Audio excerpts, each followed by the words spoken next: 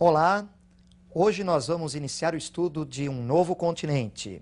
Nós vamos estudar a Europa. Vamos estudar a Europa hoje quanto ao quadro natural e humano. Nós preparamos para essa aula uma série de mapas e algumas tabelas para você conhecer as características do continente. Vamos então já iniciar através de um mapa do relevo do continente europeu. Observem a tela. Nós podemos destacar na Europa a presença de uma série de cadeias de montanhas. São formações de dobramentos modernos, especialmente no sul. Destaque para a cadeia dos Pirineus, os Alpes, a cadeia dos Balcãs, os Cárpatos na Europa Oriental, a cadeia do Cáucaso, entre os mares Negro e Cáspio, com as maiores altitudes da Europa, e cadeias de montanhas mais velhas ao norte, como os Montes Urais e os Alpes escandinavos. Mas no relevo da Europa, o predomínio é de planícies. Podemos observar a enorme planície russa, cobre uma extensão muito grande, e a planície germano-polonesa. Além das duas planícies que foram apresentadas no mapa, existem outras. Por exemplo, a bacia sedimentar parisiense ou a bacia londrina. E entre essas planícies e cadeias de montanhas, alguns velhos planaltos, como o maciço central francês e o planalto central russo. Vamos seguir com as características físicas do continente europeu através de mais um mapa. Observem a tela. Agora nós estamos conhecendo os climas do continente europeu. Na Europa, localizada acima do Trópico de Câncer e cortada ao norte pelo Círculo Polar Ártico, haverá um predomínio de climas temperados e frios. No extremo norte, o clima polar. E também temos um clima mais frio nas áreas montanhosas, o clima de montanha. Quanto mais subimos no relevo, menor será a temperatura. Observamos o clima temperado frio, ainda com baixas temperaturas e um inverno rigoroso. No interior do continente, do centro para o leste, o clima temperado continental. Ele é um pouco mais seco e apresenta uma grande variedade de temperaturas. Há uma grande amplitude térmica comparando o verão e o inverno. Na porção ocidental, o clima temperado oceânico.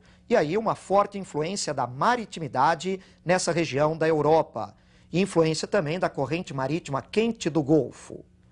Ao sul, encontramos o clima mediterrâneo. Esse clima mediterrâneo ele apresenta um verão que é quente e seco, céu azul, temperaturas elevadas. O inverno no clima mediterrâneo é suave, as temperaturas não caem muito, mas ele é um inverno chuvoso, o céu, portanto, estará nublado. Vamos também acompanhar agora as vegetações da Europa seguindo os climas. Observe mais um mapa na sua tela. Ao norte da Europa, em áreas de clima polar, vamos encontrar a tundra, uma vegetação rasteira que na maior parte do ano fica coberta pela neve e pelo gelo. Podemos identificar também a chamada vegetação de montanha. É uma vegetação que se altera com a altitude, devido às mudanças de temperatura. Encontramos nas áreas de clima temperado frio a floresta boreal ou floresta de coníferas, homogênea e aberta, se estendendo por grandes extensões, especialmente da Rússia. A floresta temperada, que aparece no seu mapa, ela já foi em grande parte retirada pelo homem, também de características homogêneas. Mas ela coincide com áreas de grande ocupação humana, de grandes concentrações urbanas e industriais no continente europeu. As estepes, no centro-leste, acompanham áreas de clima temperado continental. E no sul, a vegetação mediterrânea. Essa vegetação mediterrânea, que acompanha o clima mediterrâneo, na verdade é um resquício de formações vegetais antigas no sul da Europa, que foram modificadas, alteradas devido à presença humana e com predomínio de formações arbustivas. Para encerrar o quadro natural da Europa, temos que conhecer também os rios, a rede hidrográfica desse continente. Nós temos mais um mapa que você vai acompanhar na sua tela. Nesse mapa podemos destacar em primeiro lugar o rio Tamisa. É um rio de curta extensão, mas importante por atravessar uma área muito urbanizada e industrializada. É o rio que atravessa a cidade de Londres. Na Península Ibérica, atravessando Lisboa, capital de Portugal, o rio Tejo. O rio Sena é o principal rio da França, correndo no sentido do centro para o norte da França, terminando no Canal da Mancha. Ele atravessa a cidade de Paris. O rio Reno é considerado um rio economicamente muito importante no continente. Atravessa regiões muito industrializadas, passando pelo oeste da Alemanha e cortando também a Holanda, despejando suas águas no Mar do Norte. O rio Po se destaca no norte da Itália, atravessando uma região de grande desenvolvimento industrial. O norte da Itália é a área mais industrializada desse país. O rio Danúbio é um rio internacional. Ele atravessa vários países no continente europeu, do centro para o leste. Este rio Danúbio atravessa também várias capitais europeias. E o rio Volga, que é o mais extenso do continente europeu, um rio que percorre terras da Rússia e termina no Mar Cáspio. Esse rio Volga permite o aproveitamento tanto para a navegação, para o transporte hidroviário, como também para a produção de energia. Conhecemos o quadro natural da Europa. Vamos falar um pouco agora sobre a população do continente. A Europa é um continente populoso, mas o que chama mais atenção é que a Europa é o continente mais povoado do mundo, devido ao fato de ter uma extensão territorial reduzida. A população europeia, ela apresenta um bom padrão de vida. Muitos países da Europa são países de primeiro mundo. Natalidade reduzida, crescimento populacional lento, analfabetismo e mortalidade infantil muito reduzidos e uma expectativa de vida alta. Você vai conhecer essas e outras características agora da população europeia. Então me acompanhe nessa nossa próxima tela para observarmos algumas características. Nós temos aqui uma comparação para você de países ricos da Europa, países que pertencem ao G7, os 7 países mais ricos do mundo. São países da Europa Ocidental. A Europa Ocidental é a porção mais desenvolvida do continente. Verifiquem que o crescimento demográfico projetado para o período 2000-2005 é muito reduzido, em alguns casos até negativo. A expectativa de vida é realmente muito alta, variando entre os 75 anos e até mais de 80 anos.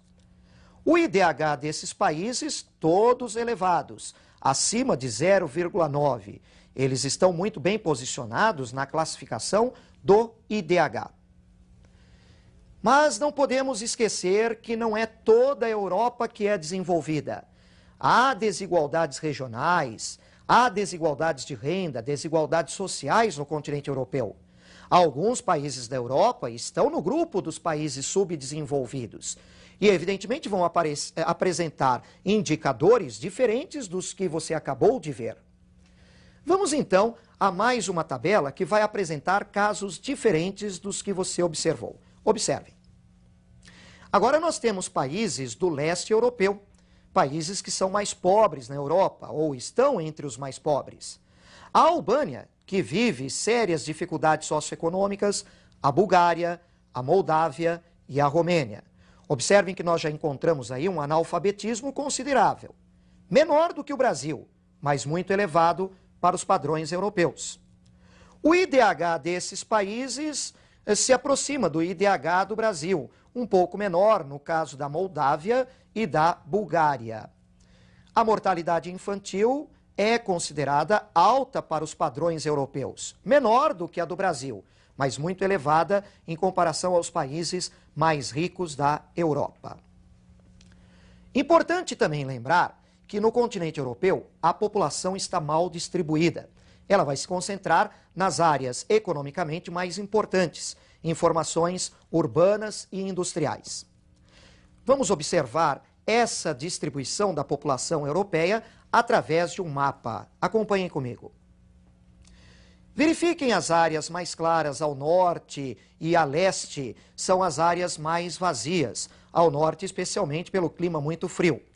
As áreas mais escuras, especialmente na Europa Ocidental, são as de maior concentração populacional. Destaque aí para o sudeste da Inglaterra, o nordeste da França, a região da Bélgica, Holanda e o oeste da Alemanha, além do norte da Itália, no Vale do Pó. A composição da população europeia também é bastante variada. A Europa é formada por muitas etnias diferentes, várias minorias. Entre as maiorias étnicas, podemos destacar o grupo dos latinos, o grupo dos eslavos e o grupo dos anglo-saxões e germânicos. Nós já vimos em aula anterior os movimentos migratórios no mundo e vale a pena reforçar um pouco mais essa questão com relação à Europa.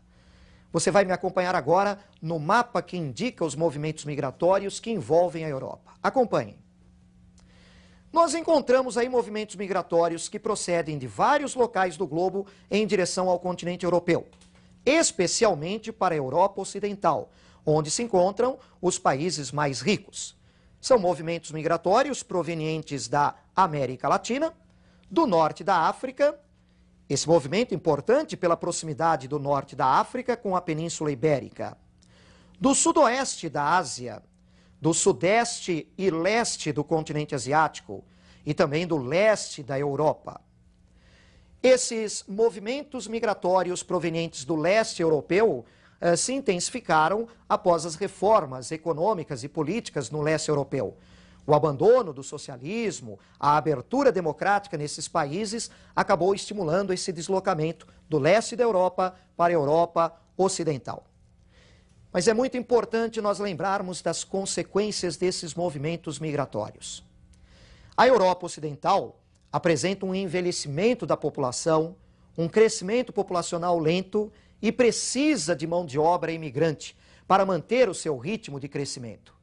Mas nós encontramos em muitos países da Europa Ocidental uma taxa de desemprego que é elevada. A entrada desses imigrantes, concorrendo por esses empregos, gera problemas com a população local. Nós podemos lembrar da xenofobia, da aversão, perseguição e até assassinatos de estrangeiros em alguns países da Europa. E vamos lembrar que alguns governos europeus têm criado leis, regras cada vez mais rígidas para bloquear essa entrada de imigrantes, especialmente para evitar a entrada dos ilegais. Nós conhecemos hoje, nesta aula, o quadro natural e o quadro humano da Europa. Eu te espero, portanto, para a próxima aula, onde vamos tratar do quadro econômico e de alguns aspectos políticos da Europa. Até mais!